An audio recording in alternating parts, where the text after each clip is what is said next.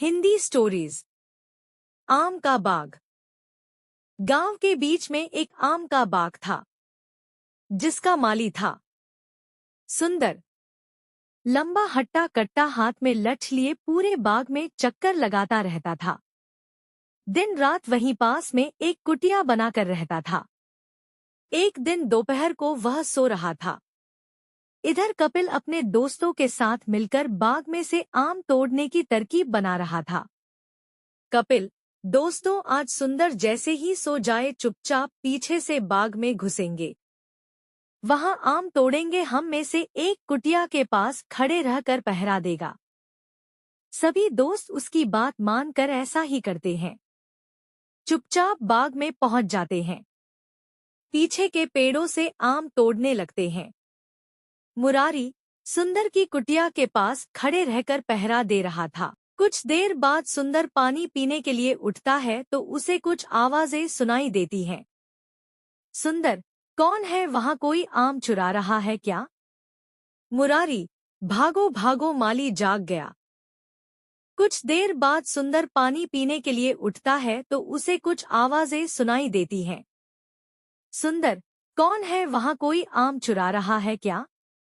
मुरारी, भागो भागो, माली जाग गया, कहता हुआ पीछे की ओर भागने लगता है। सुंदर उसके पीछे दौड़ने लगता है। दौड़ते दौड़ते वह देखता है कि कुछ बच्चे पेड़ पर चढ़े हुए थे, कुछ नीचे खड़े आम बटोर रहे थे।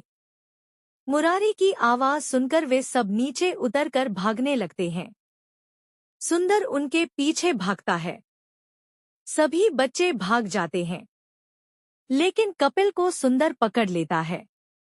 सुंदर, क्यों बेटा, बहुत होशियार बनते हो, कहाँ भागे जा रहे हो? चलो आज तुम्हारे घर चलते हैं, इन सब आमों का हिसाब चुकाने।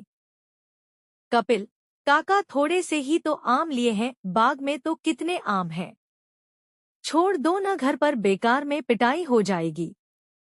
सुंदर नहीं मानता, वह तो आम के पैसे वसूल करना चाहता था। वह कपिल को लेकर सीधा कपिल के घर पहुंच जाता है। सुंदर, जगत भाई कहाँ हो, देखो तुम्हारा लड़का आम चुरा रहा था। जगत जी बाहर आते हैं। जगत जी, क्या कहा, यह नालायक फिर पहुंच गया आम चुराने। इसकी पिटाई मैं करता हूँ, तभी सुधरेगा ये। यह कहकर जगत जी उसे मारने के लिए डंडा ढूंढने लगते हैं। तभी कपिल की माँ सुनीता बाहर आ जाती है। सुनीता, अरे छोड़ दो, बच्चा है, गलती हो गई उससे। सुंदर, तेरा जितना नुकसान हुआ है मैं भर दूंगी, जा अब छोड़ मेरे बच्चे को। सुंदर गुस्सा होते हुए चला जाता है। सुनीता, क्यों इतनी शैतानी करता है? आज तो मैंने बचा लिया, लेकिन आगे क्या होगा? तुझे आम खाने थे तो मुझसे पैसे ले जाता। कपिल, मुझे माफ कर दो माँ, आगे से तुम्हें कभी शिकायत का मौका नहीं मिलेगा। लेकिन अगले दिन जब कपिल अपने दोस्तों से मिलता है, कपिल, यार उस सुंदर ने तो पापा से शिकायत कर दी, उसे सबक सिखाना पड़ेगा। मुरारी, अरे तेरे पे भाग नहीं गया, मैंने कितनी आवाज लगाई थी। कपिल, मैं देख रहा था, कोई रह तो नहीं गया। मेरी छोड़, ये बता उसे सबक कैसे सिखाएं। मुरारी, एक काम करते हैं, रात को सोते समय उसके मुंह में कपड़ा ठूंस देंगे, फिर उसके हाथ पांव चारपाई से बांधकर उसे उठाकर पास वाली नहर में फेंक देंगे। सभी दोस्त उसकी हाँ में हाँ मिलाते हैं। रात को वे सुंदर के सोने का इंतजार करने लगते हैं। उसके सोते ही उसके हाथ पैर बांधकर उसे नहर में फेंक देते हैं और वहां से भाग जाते हैं। बहुत हाथ पैर मारता है, किसी तरह वह रस्सी खोलकर चारपाई से अपने आप को छुड़ाता है। सुंदर समझ जाता है कि यह सब कपिल और उसके दोस्तों ने किया है। वह अगले दिन से गायब हो जाता है। तभी एक आदमी गांव की चौपाल पर आता है। आदमी, गांव वालों, एक आदमी नहर में डूबकर मर गया। जिसने भी उसे नहर में फेंका हो अपने आप सामने आ जाए, नहीं तो पुलिस उससे मार मार कर उगलवाएगी। यह सुनकर कपिल और उसके दोस्तों के हाथ पैर फूल जाते हैं। कपिल, अरे ये क्या हो गया, वह तो सच में मर गया। अब तो हम सबको फांसी होगी। सभी दोस्त डरते डरते अपने घर पहुंचते हैं। कपिल अपनी माँ के पास पहुंचकर उसे सब सच बता देता है। सुनीता, नालायक, यह तूने क्या किया? किसी को मार देते हैं क्या? अब तो तुझे जेल जाना ही पड़ेगा। सुनीता शाम को जगत जी को सारी बात बताती है। वे रात को ही कपिल और उसके दोस्तों को इकट्ठा करते हैं और सबके माता पिता के साथ पुलिस चौकी की ओर चल देते हैं। पुलिस चौकी दूर थी। रात को जंगल के रास्ते जा रहे थे। तभी उन्हें कंबल ओढ़े एक आदमी रोक लेता है। उसका चेहरा नहीं दिख रहा था। आदमी, आपके बच्चों ने एक आदमी की जान ली है, इन्हें फांसी होगी।